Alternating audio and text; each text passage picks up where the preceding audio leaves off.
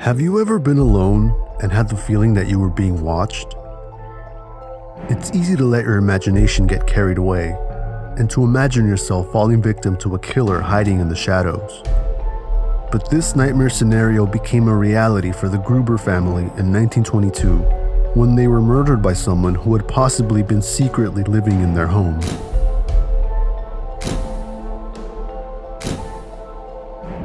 The murders at Hinterkaifeck farm have become one of the most infamous crimes in German history, but the case remains unsolved.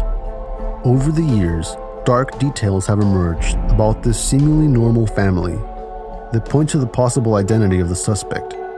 But who really killed the Grubers?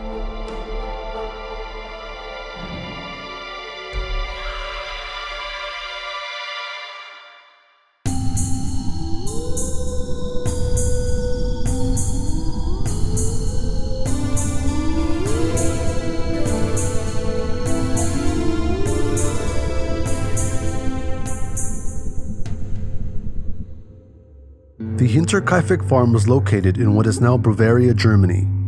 It was inhabited by the Gruber family, Andreas Gruber, his wife Cecilia, their daughter Victoria, Victoria's son Joseph, and her daughter Cecilia, who was named after her grandmother.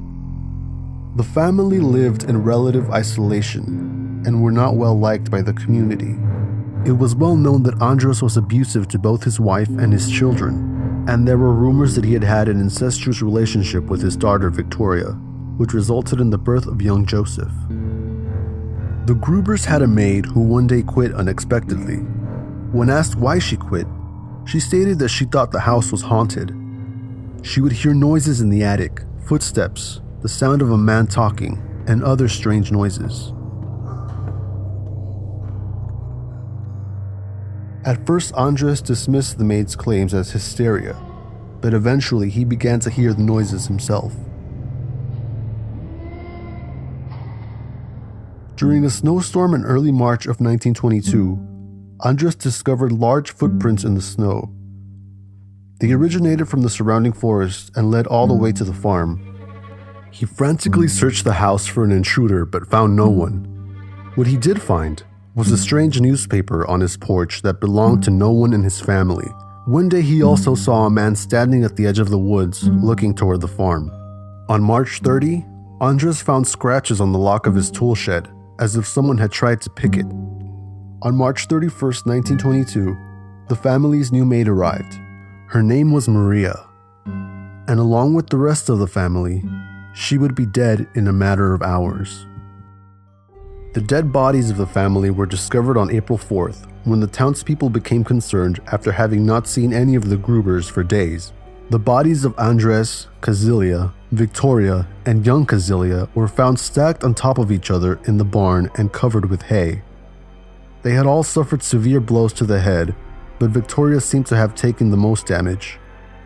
There were also signs that Victoria had been strangled. Maria was killed in her bedroom, and Joseph was bludgeoned while sleeping on a cot in his mother's room. The murder weapon was a mattock, which is a digging tool similar to a pickaxe, although this was not discovered until later, when the farm was being torn down. It was found hidden inside a secret compartment. It's unclear in what order the family was killed, but it's believed that the killer lured each member into the barn one by one. They all likely succumbed to their injuries quickly, except for young Cecilia, who likely lived for hours after being attacked. She tore out tufts of her hair as she lay next to the dead bodies of her family members. Whoever killed the Grubers stayed in the house for days after the crime. Although the deaths were thought to have occurred on March 31st, neighbors saw smoke billowing from the chimney for days after, and someone had tended to the animals. There was also evidence that someone had recently been eating meals in the house. Some reports even state that one of the beds was still warm when the house was first searched. There's been many theories about the identity of the killer. Robbery wasn't a motive, since all of the Grubers' valuables were undisturbed. Suspicion fell on a former lover of Victoria called Lorenz Schlittenbauer. Victoria claimed that Schlittenbauer was the father of Joseph, even though most people, even Schlittenbauer himself, knew that Joseph was likely the product of Victoria's incestuous relationship with her father. Victoria had been asking Schlittenbauer for alimony, and it's possible that he lashed out in an act of revenge. He was one of the members of the search party that found the bodies, and other members recalled how he seemed unaffected by the carnage. But if Schlittenbauer was the killer, wouldn't his family and other members of the community have noticed him missing? After all, in such a small town, word travels fast. It seems unlikely that Schlittenbauer could have stayed at Hinterkaifeck for days after the murder without anyone knowing. And how would Schlittenbauer have known about the secret compartment where Andres kept the matic? They were not close friends by any means, and even the relatives of the Grubers were unaware of it.